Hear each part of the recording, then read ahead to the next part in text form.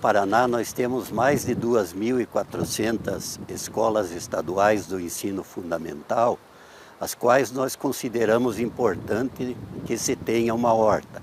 As hortaliças, elas são importantes tanto pela quantidade de sais, minerais e vitaminas que elas possuem, e além do aspecto do aprendizado que as crianças vão ter quando implantam uma horta, não só para elas aprenderem a cultivar na escola, mas também para levarem para suas famílias a importância do cultivo de uma horta. Devemos observar o seguinte: muitas vezes a gente não tem a área ideal para cultivo, mas nós devemos escolher uma área que não seja sombreada, que não esteja sujeita a encharcamento, porque as plantas também se afogam. Se elas ficarem em lugar muito encharcado e em lugar sombreado, elas não vão se desenvolver. Essa área nós devemos fazer a limpeza para que a área esteja apta a receber as plantas que nós iremos implantar na sequência. Então essas três operações, a importância da horta, a escolha da área e a limpeza da área, são fundamentais para a instalação de uma horta escolar. O ideal ao se implantar uma horta na escola, a primeira operação que nós devemos fazer é a coleta de amostra de solo. Por que fazer a coleta de amostra de solo? Ao analisarmos essa terra, nós vamos ver como que a terra está em termos de nutrientes, e essa análise de solo, ela vai nos dizer o que nós precisamos colocar no solo para que haja uma boa produção das hortaliças. Então essa análise de solo, todas as escolas podem fazer, e é um custo bem acessível, cerca de R$30 uma análise de solo. Depois de 15 dias de envio para o laboratório, nós vamos ter a análise de solo pronta para recomendar os nutrientes necessários para a adubação da horta. Tendo em mãos a análise de solo, nós vamos determinar inicialmente a quantidade de calcário. O que é o calcário? O calcário é um corretivo do solo, porque o solo não pode ser ácido, o solo não pode conter alumínio, que é tóxico para as plantas. Então, com o calcário, nós vamos eliminar o alumínio tóxico e, ao mesmo tempo, nós vamos também elevar a quantidade de cálcio e magnésio no solo e também elevar o pH se esse for muito ácido. Então, o calcário, ele é determinado de acordo com a análise do solo. Geralmente, a gente coloca meio quilo por metro quadrado de calcário dolomítico em cada área da horta.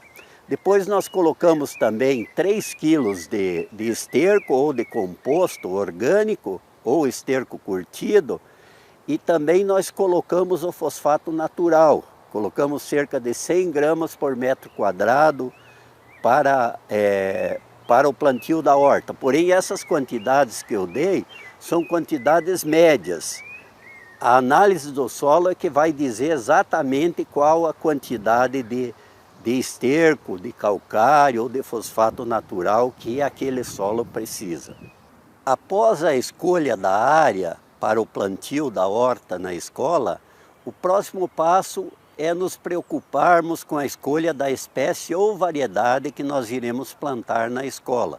E aí um aspecto importante, nós temos que ver o hábito de consumo das pessoas, o hábito de consumo das crianças na escola, mesmo dos professores que vão consumir essas hortaliças, para que nós plantemos exatamente as hortaliças que eles gostam de consumir no local.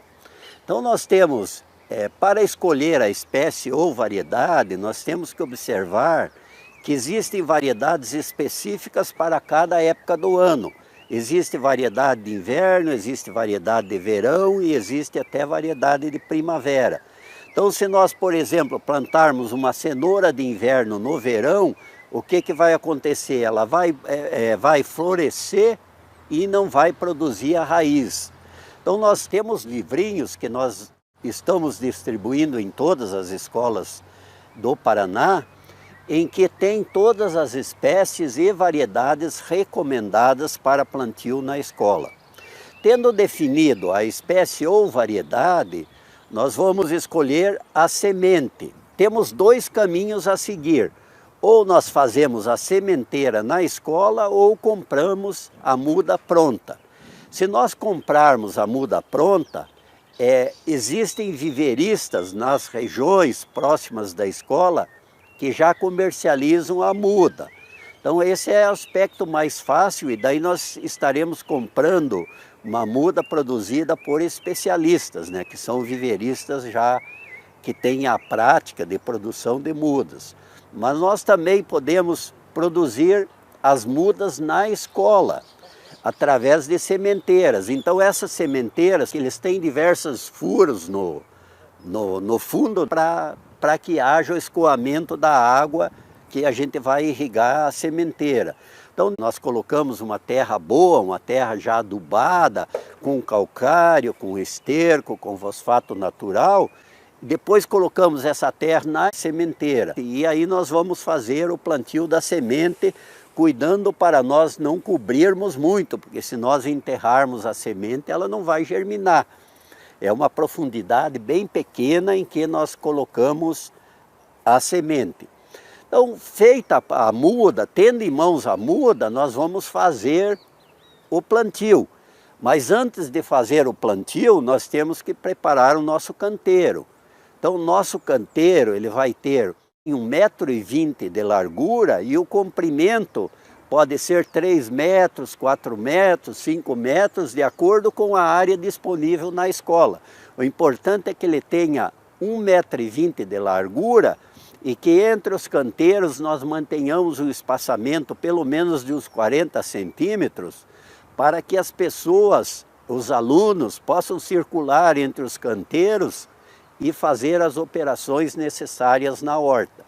Esses canteiros, ele vai ter uma altura de 15 a 20 centímetros, de acordo com a qualidade do terreno. Se o terreno for úmido, nós temos que erguer um pouquinho mais, daí nós teríamos 20 centímetros de altura. Se o terreno for mais seco, 15 centímetros de altura está bom para o canteiro. E esse canteiro, então, ele já vai estar adubado com calcário, composto orgânico e fosfato natural, e aí nós vamos realizar a próxima operação, que será o transplante das mudas. Tendo em mãos a nossa muda, quer seja de sementeira ou seja adquirida de viveristas, nós vamos fazer o transplante. O nosso canteiro já está pronto, conforme nós explicamos anteriormente. Agora nós vamos nos preocupar em ver a questão do espaçamento, porque cada espécie de hortaliça ela tem um espaçamento ideal. Por exemplo, eu vou dar dois exemplos aqui. A alface nós podemos fazer de 25 por 25 centímetros ou 30 por 30 centímetros. Isso quer dizer, 30 centímetros entre linha e 30 centímetros entre plantas. Enquanto que o repolho, por exemplo, já o espaçamento é um pouquinho maior. Então o repolho nós fazemos ele de 50 por 50 centímetros. E assim varia todas as espécies. A cenoura, por exemplo, é 15 por 5 centímetros, 15 entre linhas, 5 centímetros entre plantas. Isso também nós temos o espaçamento ideal para cada espécie de hortaliças no nosso manualzinho que vocês possuem aí na escola. Então é fácil de determinar, mas é importante fazer com o espaçamento correto para que a gente possa ter o desenvolvimento das plantas. E um aspecto importante, se nós plantarmos muito junto uma planta da outra, vai haver acúmulo de umidade entre as plantas vão competir entre si e isso fará com que elas não se desenvolvam e que também com o acúmulo de umidade nós teremos o aparecimento de pragas e doenças que poderão ocasionar prejuízos para a nossa horta.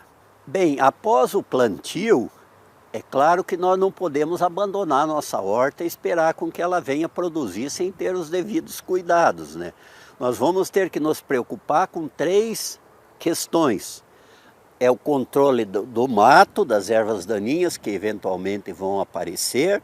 Vamos ter que nos preocupar com o aparecimento de pragas, que são os insetos, e vamos ter que nos preocupar também com o aparecimento de doenças, que são os fungos, bactérias e vírus, que ocasionam deformações nas plantas. Então, o primeiro aspecto é o controle do mato. No início, nós não podemos deixar o mato tomar conta das plantas, o mato competir com as plantas. Então, à medida que for aparecendo mato, quer seja entre as plantas ou quer seja entre os canteiros, nós vamos fazer o controle desse mato. Entre os canteiros, nós podemos utilizar uma palhada ou podemos utilizar um capim, de tal forma que o mato não vai sair muito intensamente. Agora, entre as plantas, nós temos que arrancar, de preferência a cada 4, 5 dias, dar uma olhada na horta, para ver se o mato está vindo para competir com as plantas cultivadas. Também tomem cuidado vocês para não arrancar as plantas, que às vezes o mato ele se parece um pouco com as plantas, né, que nós plantamos. Por exemplo, o rabanete no começo, quando ele começa a germinar, ele pode se parecer com um trevo, por exemplo, né? Então a gente tem que tomar cuidado para não arrancar as plantas. Então esse controle do mato é fundamental. E aí o controle de pragas e doenças. As pragas são os insetos. Como nós não vamos usar nenhum agrotóxico, jamais vamos utilizar agrotóxico na escola, porque os alunos estão ali todo dia, os professores também. Então essa nossa horta ela vai ser uma horta absolutamente orgânica. Aí nós vamos, se aparecer inseto, por exemplo, uma coisa que aparece muito na horta são as lesmas e os caramujos. É tão desagradável você pegar uma folha de alface e embaixo ter uma lesma, um caramujo. Então nós vamos ter que controlar esses bichinhos. E esses a gente controla bem fácil. É só colocar um saco de estopa umedecido com leite entre os canteiros das plantas. E aí os caramujos, as lesmas vão todos para baixo do saco de estopa. Só que daí no dia seguinte nós temos que erguer o saco e matar esses insetinhos, né? E existem também diversos métodos naturais, por exemplo, água de sabão, o sabão caseiro, o sabão mesmo comprado em mercado, nós ralamos o sabão, dissolvemos ele na água e aplicamos nas plantas. Ele espanta pulgão, espanta até algum tipo de lagarta, né? Também, por exemplo, o macerado de urtiga, existe em muitos locais aqui do Paraná essa planta chamada urtiga.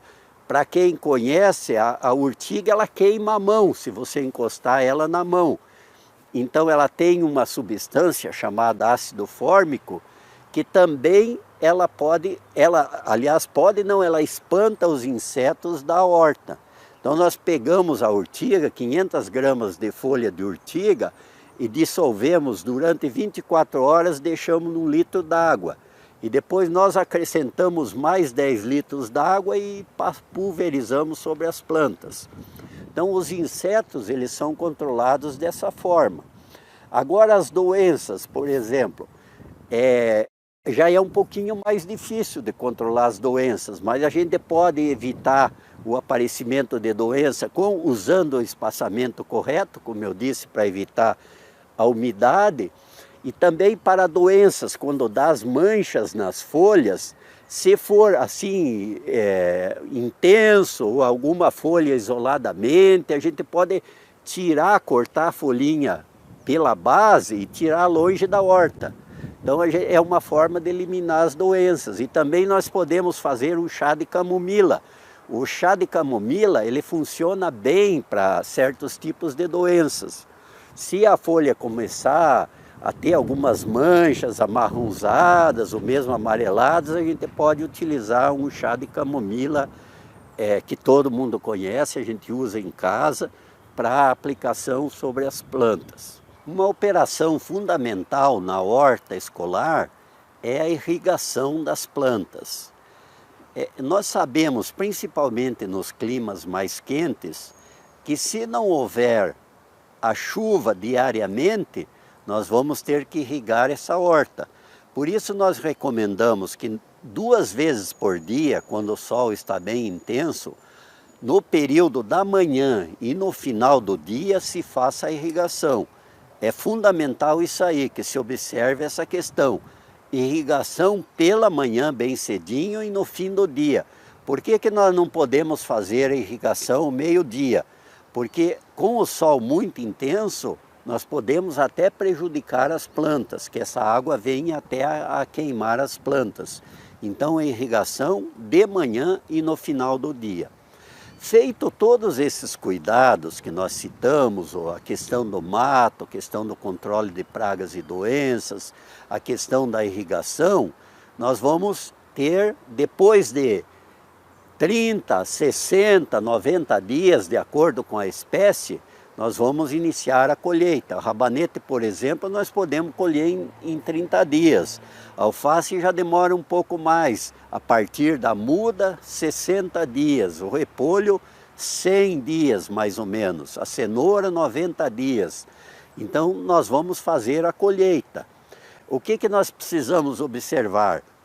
Exatamente a colheita na época certa. Então nós observamos a planta na horta e observamos o ciclo de cada planta para realizarmos a colheita. Aí quando nós colhemos o alface, ele vai ser todo escolhido manualmente, é claro. A alface, a gente apenas retira a alface do solo e faz uma limpeza nas folhas baixeiras, retirando as que estão danificadas, as que estão sujas, para depois a gente fazer a lavagem lá na escola mesmo, né? Então observar esse cuidado na hora de colheita. O repolho, mesma coisa, retiramos as folhas baixeiras que estavam em contato com o solo, que estão sujas, que estão com alguma mancha de doença. E aí, feita a colheita, nós vamos fazer a utilização dessas hortaliças, né? Que é o produto final, né? Se a hortaliça for para aproveitamento na merenda escolar, nós já temos ela na escola. Ou caso a hortaliça pode ser que seja só para orientação dos alunos, isso vai fazer com que os alunos tenham aprendido a cultivar as hortaliças. Então a gente recomenda que se faça o aproveitamento total das plantas. Por exemplo, as folhas de repolho, que nós iríamos descartar, aquelas que estão ao redor da cabeça, nós podemos fazer um refogado. Mesma coisa, nós podemos fazer com as folhas da beterraba. Geralmente a gente aproveita só a beterraba, só a raiz da beterraba e descartamos as folhas. Tem várias nutricionistas aí com vocês na escola que podem orientar sobre o aproveitamento integral das hortaliças sem desperdício. Bom, para finalizar essas orientações que nós acabamos de dar a vocês, nós queríamos dizer que quando vocês sentirem qualquer dúvida, vocês têm a quem recorrer. Nós estamos aqui em Curitiba à disposição. E dentro do projeto desenvolvido pela Secretaria da Educação, em colaboração com a Emater, a Pastoral da Criança, nós estamos para orientá-los. Se vocês tiverem alguma dúvida, nós temos o projeto Educando com a Horta Escolar e a Gastronomia no Paraná, e os técnicos da Emater do município onde está localizada a escola poderão orientá-los nas formas de cultivo, como a gente acabou de falar. E também os técnicos da Secretaria de Educação também estão aptos a ajudá-los para que vocês possam ter uma boa horta. Nós esperamos com esse vídeo que vocês tenham um bom aproveitamento e que realmente vocês consigam produzir boas hortaliças e nos mandem algumas fotos quando vocês tiverem hortaliças bonitas produzindo na escola. Um abraço a todos e obrigado.